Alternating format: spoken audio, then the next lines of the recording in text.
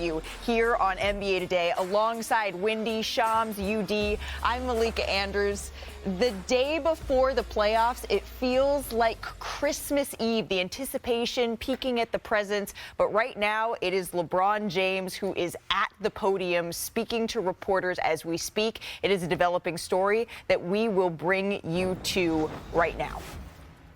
Talk about the handshakes, and I just want to know how you kind of got, like how they earned that, you know, and how you remember all of them. No, it's not an earned thing. I mean, this kind of happens. I have no idea how I remember the majority of them, if not all of them. I have no idea, you know, but it's definitely a chemistry thing that I started a long time ago with my teammates, and you know, been blessed enough to be able to have the mind to be able to remember them all. You know, even with former teammates that's, you know, not my teammates anymore. On a minor game, you told Steve Nash that keeping your mind right and your mind sharp was just as important, if not more important, than what you do for your body. What do the playoffs demand of you mentally, and what do you do to sort of meet that? I mean, everything. The playoffs demand everything from you mentally. I mean, obviously, you know, the physical toll that it's going to take because the games ramp up, the intensity ramps up, the physicality ramps up. The referees in the league allow us to play more physical, you know, in the postseason, so your body takes a toll. But mentally, being able to have that mind, you know, sharp throughout the course of the series, no matter if it's good or going bad, you always got to try to stay even keeled throughout the course of a postseason in each series if you're able to advance. So, absolutely.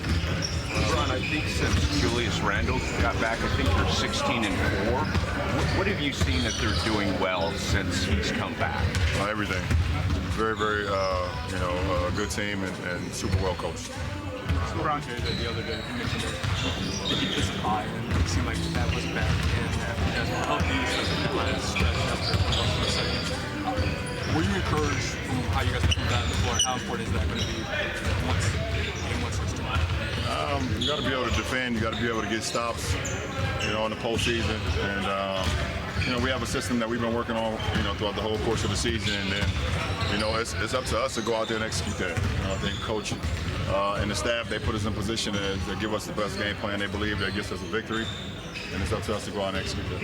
I know that if you're in the playoffs, you feel like you've got a chance. But what does it particularly mean for you after 22 years, 40 on this planet, to have this sort of opportunity with this group as the 3 seed? I guess how energizing is that for you? I mean, it's a blessing. I don't take it for granted to be able to play in the postseason at my age and how many years I've played in this game. So to be a one of 16 teams, to go in with this team and know what we're capable of, you know, all you can do is ask for is a chance to be able to compete at the highest level, to be able to compete for the ultimate thing, and that's the Larry O'Brien trophy. So, you know, you just don't take it for granted.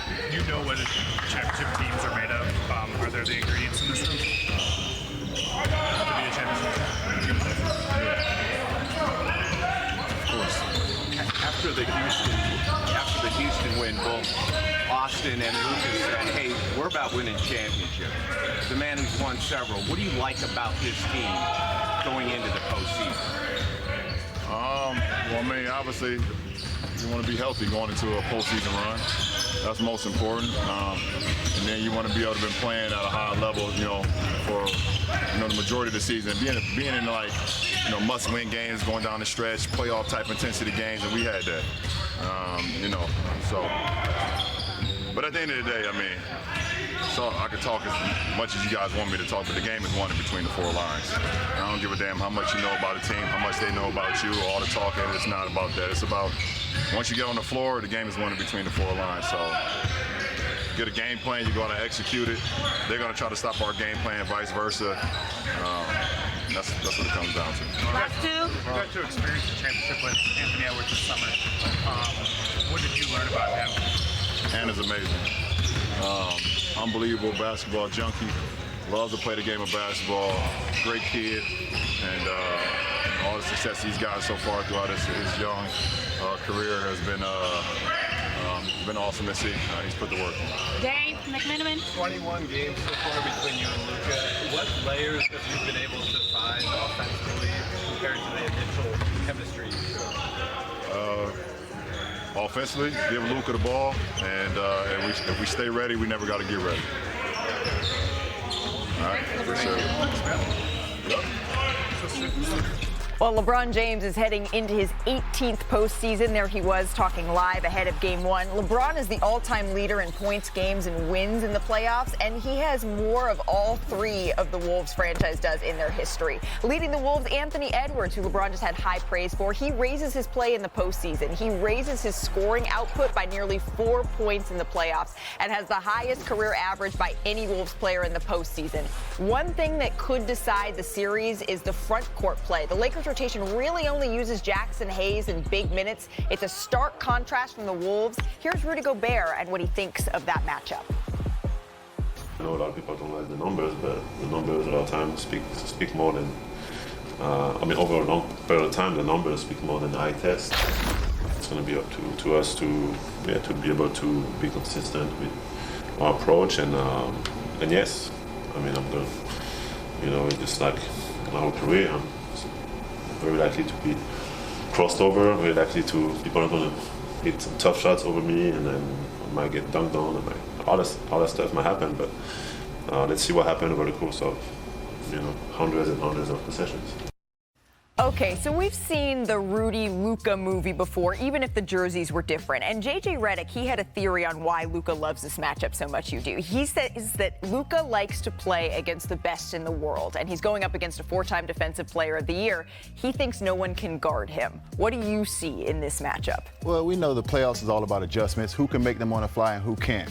Luka thrives against drop coverage. He's about 1.14 points per possession against the drop coverage. Rudy lives in the drop coverage 64% of the time. So if we look right here and we pause it, Luka already sees too much with Rudy being dropped at 6'8". He puts his body in front of the defender. Right now, he creates that 2-on-1 matchup. This is when Rudy gets in trouble as Gafford rolls to the rim full speed. He actually bumps into Rudy. He crosses over because he's so big, and he throws a lob. Once he gets Rudy to drop his hip, Rudy's at a disadvantage. Now we say it again. We shoot it right here. Lively sets the screen. Rudy has already dropped that hip.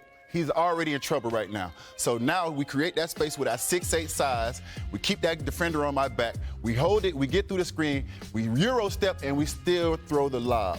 He is going to thrive against drop coverage if he has Jackson Hayes in the game with him. If I'm Minnesota, I match Rudy minutes against Jackson Hayes, but instead of being in a drop, I get up and press him a little bit. I make him hit Jackson Hayes, and I make Jackson Hayes beat me and make him be the playmaker against those guys. Right. I do wonder how much they're going to go to Jackson Hayes in this series. It's a conversation we're going to get into in just a minute. But on the other side of the ball, no player, was double-teamed more this season than Anthony Edwards, but that's not really the Lakers' game. How do you think they're going to try to defend him? Shrink every elbows. Don't let him see any open driving lanes.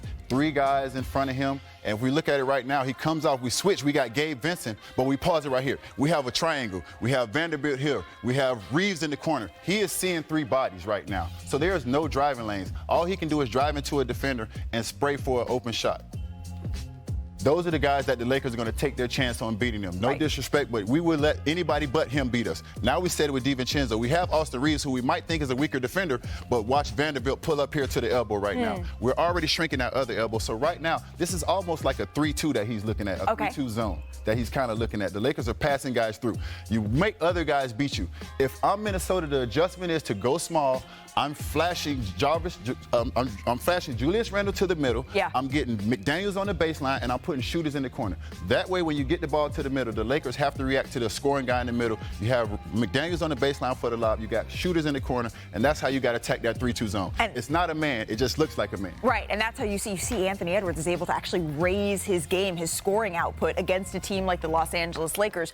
And I know the Lakers, they're getting a lot of shine in this series, and it is for a good reason. The lights are just brighter in Los Angeles. But Minnesota has been one of the hottest teams in the league to close out the season here. We heard Ann Edwards say, this is just how we like it. We want them to be talking about the other guys. If you're the Timberwolves, how are you approaching this series? I think they kind of like that everybody is going against them, doesn't think that they can win. Because, we talked a lot about the Clippers. The Clippers finished the season 18-3.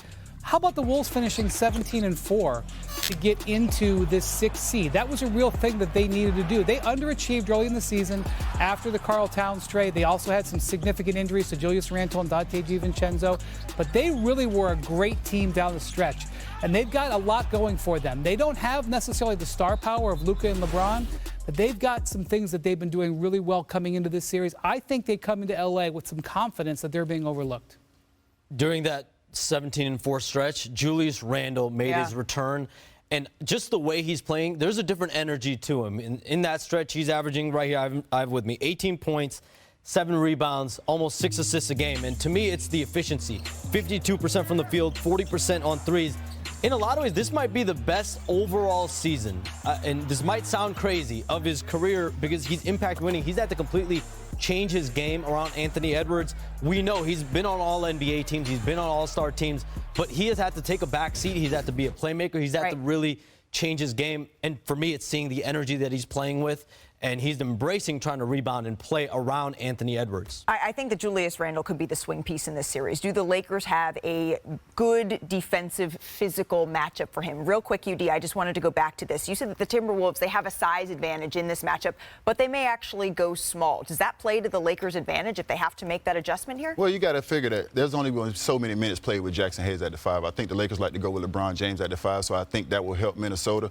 And also, you want to get Rudy Gobert out of the game if you're Minnesota, because once again, 64% in the drop coverage, and Luka thrives in that. So there will be minutes for Rudy in this, but I think you have to really play that game of going small in and out with Jackson Hayes. You want to match Rudy's minutes with Jackson Hayes. Especially because they found some success with that Reeves, LeBron, Rui, Dorian Finney-Smith, Luka lineup. It's a small sample size, but on both ends of the floor, they have had success. Trang trí đơn giản từ len nhé. Nguyên liệu của mình cần có chính là len. Mình sẽ sử dụng 2 màu sắc như thế này để làm nha mọi người. Màu vàng và màu trắng nha, sẽ kết hợp lại với nhau.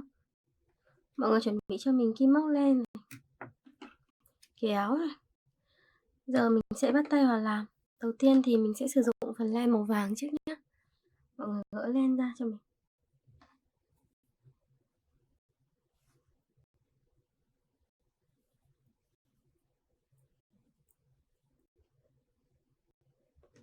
Bây giờ mình sẽ móc vào đây một cái hình tròn nhé.